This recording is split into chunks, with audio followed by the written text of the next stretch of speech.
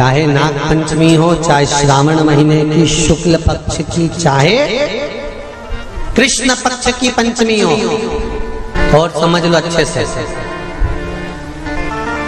श्रावण महीने की पंचमी के दिन देवाधिदेव महादेव पर चढ़ाई गई शमी पत्र आस्तिक मुनि का नाम लेकर, कौन से मुनि? आस्तिक मुनि का नाम लेकर शमी पत्र को वापस उठाकर उसको अपने दरवाजे की चौखट पर कहीं पर भी या द्वार पर कहीं पर भी एक ओर रख देने पर घर के अंदर, बगीचे के अंदर सर्प प्रवेश नहीं करता। ध्यान रखिए, सर्प प्रवेश नहीं करेगा।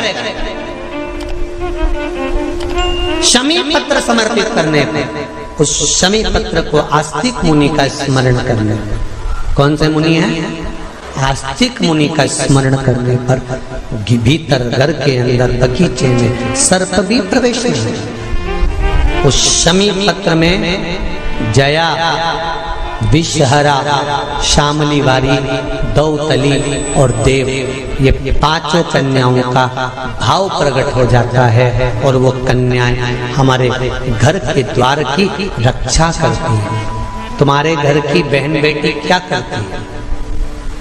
तुम्हारे घर की बहन बेटियां क्या करती हैं? घर में बहन बेटी आती हैं तो बद्दुआ देकर नहीं जाती। घर में कन्याएं रहती हैं, बद्दुआ नहीं देती।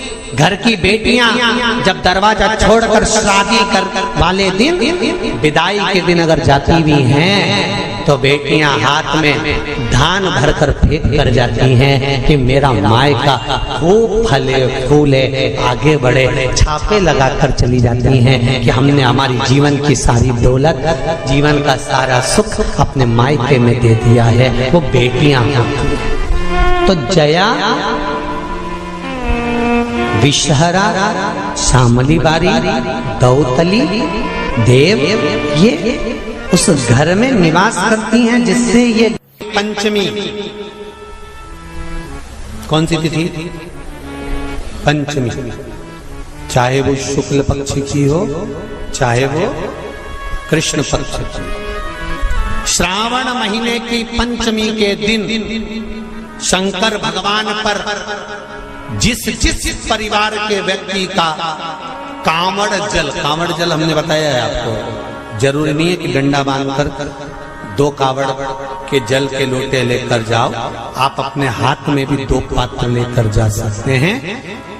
पंचमी तिथि के दिन हाथ में 2 लोटे जल के, 2 कलश जल के जब हम शंकर भगवान को चढ़ाते हैं तो ऊपर जो कमंडल होता है शिव जी के ऊपर जलधारी होती है, जिसमें जया, विषहरा, शामली बारी, दौतली और देव, शंकर भगवान की 5 बेटियां जिसमें विराजमान होती हैं। जब हम जल समर्पित करते हैं, हमारे पीढ़ी में, परिवार में अगर कोई अधोगति में मर गया होता है, कुंवारी अवस्था में चले गया होता है, गर्भ में मर गया होता है, गर्भ के बाहर निकल कर भी अगर कुंवारी अवस्था में चले गया होता है, तो श्रावण महीने की दोनों पंचमी पर परिवार का अगर कोई एक व्यक्ति भी जल चढ़ा देता है शंकर भगवान पर, तो सर्प की योनि में नहीं पड़ता, जीव मुक्त हो जाता, प्रेत योनि में, सर्प की योनि से मुक्त हो जाता।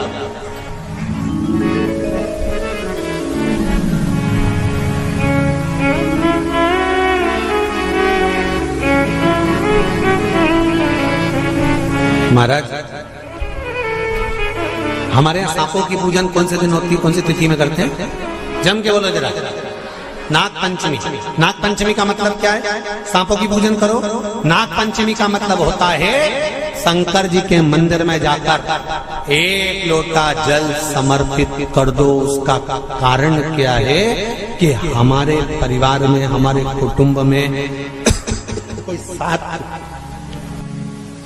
कुटुंब में, परिवार में कोई 7 पीढ़ी के अंतर्गत भी अगर कोई जीव तड़प रहा होता है, पड़ा हुआ होता है, उसकी मुक्ति नहीं होती है, तो पंचमी का चढ़ा हुआ जल उस जीव को प्राप्त हो जाता है और वो जीव तर जाता है, उसका फिर जन्म नहीं होता, वो तर, इसको मुक्तता कहता,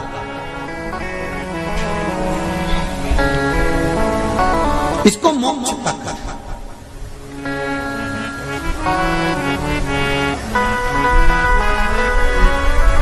ये मोक्ष, इसी को कहेंगे कि ये मुक्तता है। महाराज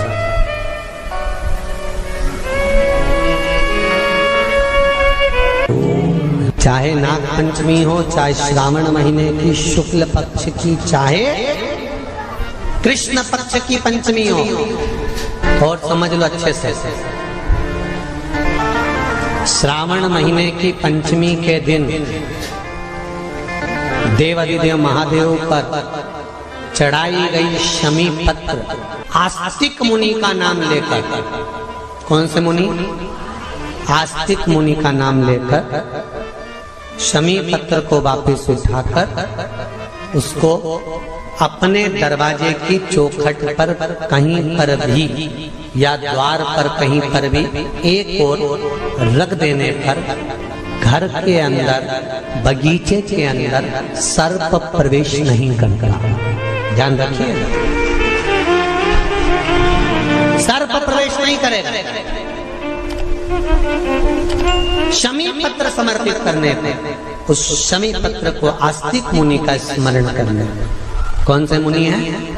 आस्तिक मुनि का स्मरण करने पर भीतर घर के अंदर बगीचे में सर्प भी प्रवेश नहीं। उस शमी पत्र में जया, विषहरा, श्यामली वारी, दौतली और देव, ये पांचों कन्याओं का भाव प्रकट हो जाता है और वो कन्याएं हमारे घर के द्वार की रक्षा करती हैं। तुम्हारे घर की बहन बेटी क्या करती है?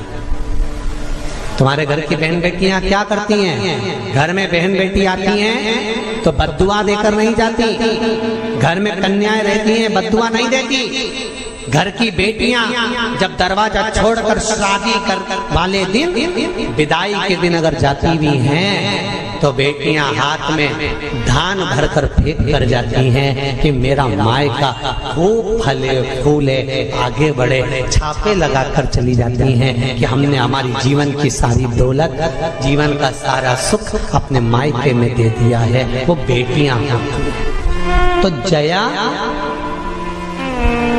विषहरा, श्यामली बारी, दौतली, देव, ये उस घर में निवास करती हैं जिससे भगवान की जिंदगी किसने संवारी? ये नागलक्ष्मी है। वासुकी नाग बड़े, शेषनाग छोटे, और शेषनाग की जिंदगी अगर कोई संवारने वाली है तो ये नागलक्ष्मी, ये नागलक्ष्मी जीवन संवार। नागलक्ष्मी शिव जी की आराधना में लगी, शंकर के अनुमोदन में, शिव की भक्ति में दिन रात डूबी रहती, दिन रात।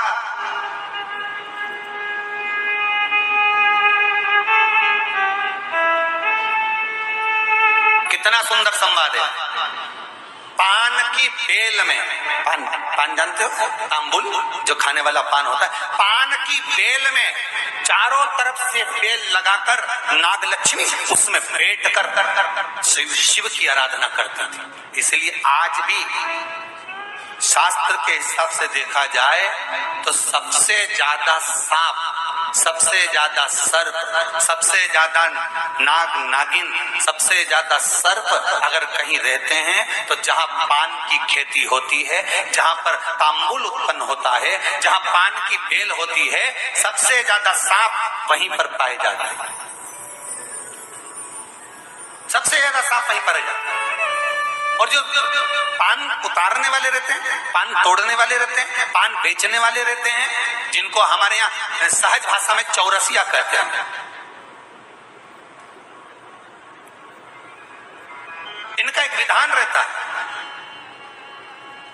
कि सांप पान पान के उस बेल में चारों तरफ रमे रहते हैं, पान की बेल में सांप के बच्चे चारों तरफ भ्रमण करते रहते हैं, और चौरसिया पान उतारने वाला, बेल में से पान तोड़ने वाला सांप के बच्चों को उठाकर, सांप को उठाकर उधर रख देता है और पत्ते तोड़ लेता है, पत्ते तोड़ लेता।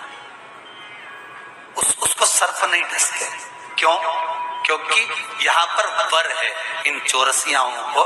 कई चौरसिया लोग सोचे होंगे कि हम नाग की पूजन करते हैं, हम सर्प की पूजन करते हैं, नाग पंचमी पे हम सर्प का स्मरण करते हैं, हमारे कुल देवता के रूप में हम सर्प पूजते हैं। पर कभी चौरसिया ने विचार करा कि आखिर तुम्हें कौन सा वर प्राप्त हुआ कि तुम्हें सर्प नहीं डसेगा? तुम्हें कौन सा वर प्राप्त हुआ कि सांप तुम्हें नहीं काटेगा? पान उतारते समय, पान तोड़ते समय, पान को ले जाते समय सर्प तुम्हें डस नहीं करेगा। क्योंकि जिस समय पर नाग लक्ष्मी भगवान शिव की आराधना करती है पान की बेल के पास में, उस समय पर एक सहज भाव में, एक ग्रामीण, एक सहजता उस नागिन को आते हुए देखता था, नाग लक्ष्मी को आते हुए देखता था। जो नागिन कभी तो सुंदर स्त्री का रूप, लक्ष्मी जैसा रूप बना लेती है, और कभी नाग का रूप बना लेती है। बड़ा विचित्र उसको लगता था। और वो एकांत में बैठा, इसने आकर देखा कि नाग लक्ष्मी सेवा में लीन रहती, किसी जीव को वहां आने नहीं देता। शास्त्र तो यहां तक कहता है कि जब नाग लक्ष्मी पूजन करती थी तो कहा, पूछा गया ये कोई जीव इसके पास में ना आए तो इसको बचाता था वो। एक दिन नाग लक्ष्मी जब बड़ी हो गई, देख लिया उसने इस ग्रामीण को, इस मानव को जब देखा जो चारों तरफ से किसी ना किसी रूप में नाग लक्ष्मी को रस ला कर देता है, प्रदान करता रहता है, कुछ ना कुछ तत्व देता रहता है। कितना सुंदर संवाद है महाराज जी। नाग लक्ष्मी जब पूजन करने शंकर जी की बैठती थी तो ये जो हमारे हिंदू धर्म में एक ऐसा भाव कहते हैं, शंकर जी के अभिषेक में गन्ने का रस, अनार का रस, मौसम्बी का रस, ये जो अभिषेक कराते हैं ना ब्राह्मण जन, तो ये कहते हैं ये रस चढ़ाइए, इस रस से भगवान का अभिषेक करना है, गन्ने का रस से, इस रस से शिव का अभिषेक करना।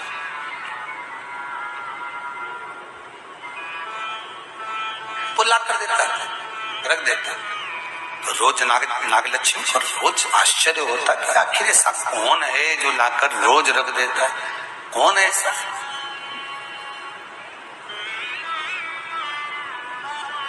है कौन ऐसा? आज नाग लक्ष्मी ने उस जीव को देख लिया, उस मनुष्य को देख लिया, तो चारों ओर से मेरी रक्षा करता, रस को लाकर शिव के लिए देता, मैं तुझे वर देती हूं, तेरे वंश के अंदर कभी सर्प का डस नहीं होगा। तूने मेरी सेवा करी, शिव तुझे फल प्रदान करेंगे। वो चारों ओर से रक्षा कर कर रस ला कर देता था, इसलिए उसका नाम का संबोधन में भी चौरसिया जोड़ा गया। चौरसिया, चारों ओर से चौकसी कर कर जो रस ला कर प्रदान कर दे, उसके नाम में भी संबोधन है। Please like, share and subscribe channel.